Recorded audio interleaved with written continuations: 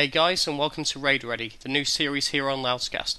What I'm going to do in this sort of introductory video is I'm going to give you some tips that you're going to need sort of pre-raid. It's going to be handy if you're sort of new to raiding Cataclysm, and hopefully seasoned raid vets, you'll sort of learn something too.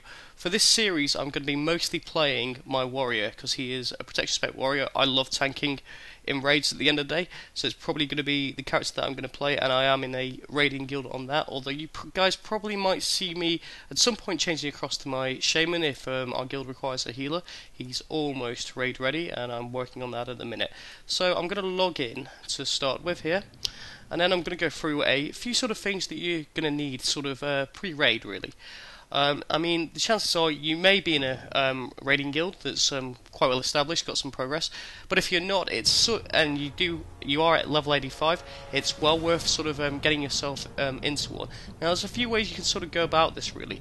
One of the best ones is that if you're in a city like Ogrimmar, like I am now, you'll probably see guilds advertising themselves in trade chat. It's worth giving those guys a whisper at the end of the day. You say, you know, hi, I'm a major, whatever. I'm looking to start raiding, and they may have a spot for you. You'll normally see that they're like looking for a ranged DPS, looking for melee DPS or a tank or something. So give them a whisper. Some guilds may actually want you to do an application online on their website. Don't be put off by this. I'm not a huge fan of it personally, but I have had to do it in the past. But they are going to get back to you at the end of the day. You know, if you take the time to apply, they will let you know. 90% of the time, they'll probably say yes to you. Don't forget as well to sort of sell yourself a bit.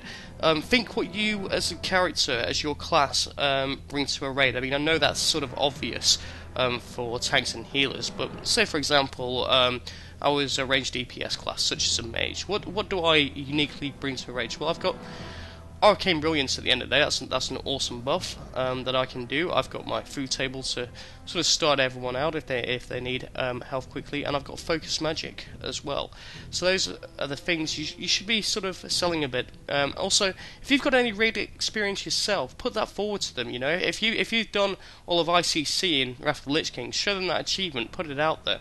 There's also a few questions you want to sort of be asking them as well at the end of the day, such as ask them what days they sort of raid on, because there's no point joining a raiding guild if your play schedule doesn't fit in with their raid times, because you're just not going to get to raid with them. So make sure that their sort of raid times do fit in with your play schedule. So yeah, I'm just trying to think of another couple of questions you should ask them really. Oh yeah, ask them what the current raid progress is, i.e. how many bosses have they already downed in Cata. Chances are they have downed a few, and they'll be willing to tell that info. At the end of the day, if they are lying, you can check that on Armory. You can go onto Armory the guild, and it will display the current achievements, and you can look in there.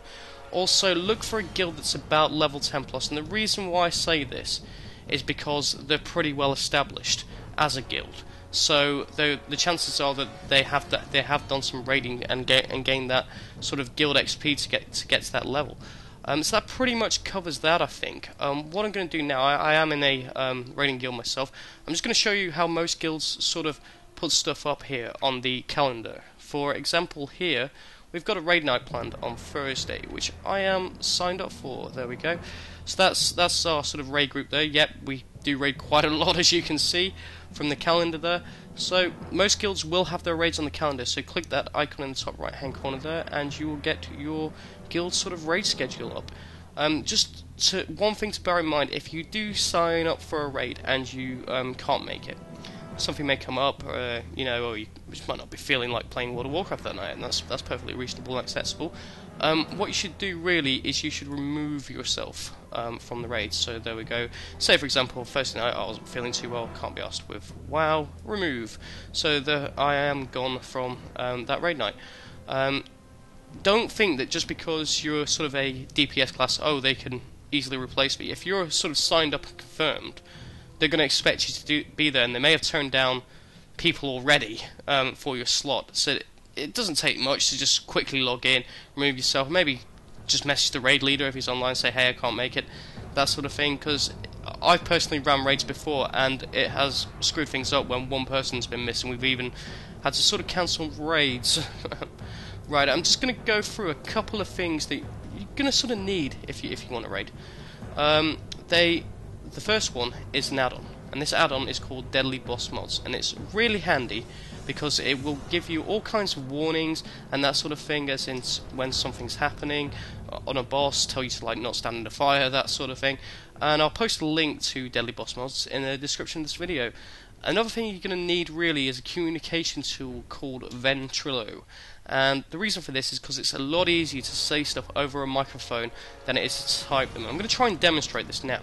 Say for example we're fighting a boss, and I'm raid leading, and I want to say something to the rest of the raid, so I'm going to type in now, move left, boss coming, ads soon. See just how long that's taken me to sort of type that out while the boss is chipping away at my health, you know, doing a lot of damage, and I'm having to push my buttons at the same time, you know, use my abilities and stuff. It's just not going to happen. So Ventrilo is a really handy communication tool. Chances are your guild will have a Ventrilo server. So I'll post a link to Ventrilo for you guys in the description again. Now I'm just going to go through a few things that you want to do sort of pre-raid. You know, you've shown up about 15 minutes before the raid, which is sort of good practice to do. There's going to be a few things you're going to need from Auction House. Now your guild may provide these, they may even have the guild cauldron, but the two things you're going to want are called a flask and some food. The reason for this is because they both provide you with a buff. So I've got a flask of steel skin here, which I'll click that, increase my stamina by 300, so that's a really handy buff for a tank. And I've got some black belly sushi here, nom nom nom, so if I eat that I will get another buff, and those are going to be my sort of pre-raid buffs. Another thing just to bear in mind is before you go to a raid, make sure your gear is fully repaired. Some guilds will actually pay for your sort of repairs and that, so make sure your gear is fully repaired, because it can be a real pain when you're in a raid. You get there, you wipe once, and then 4 people have to go back to Elgrimmar to repair because the gear's all red. Yes, there is the repair bot, but you don't really want to be throwing that down after the first fight. So that's just another thing to sort of bear in mind there.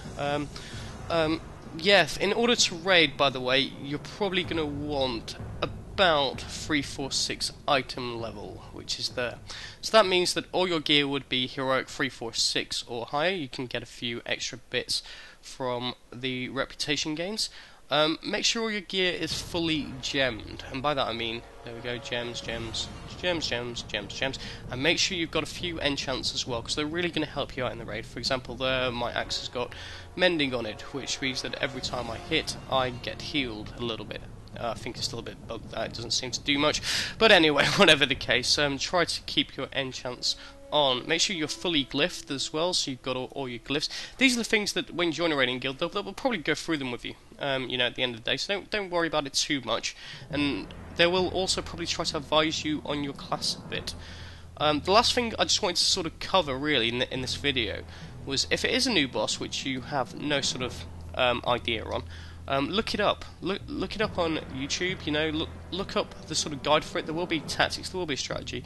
Most guilds will go through them on Vent, but it's worth having a look anyway. You know, I know looking at it isn't the same as physically doing it, but it's going to give you a bit of an idea at the end of the day.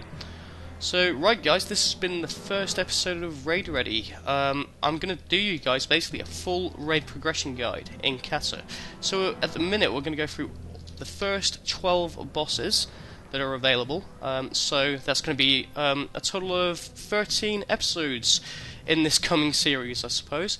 Oh, that was it. I'd like to say that during the course of this series I'm going to be running a competition. Yes indeed.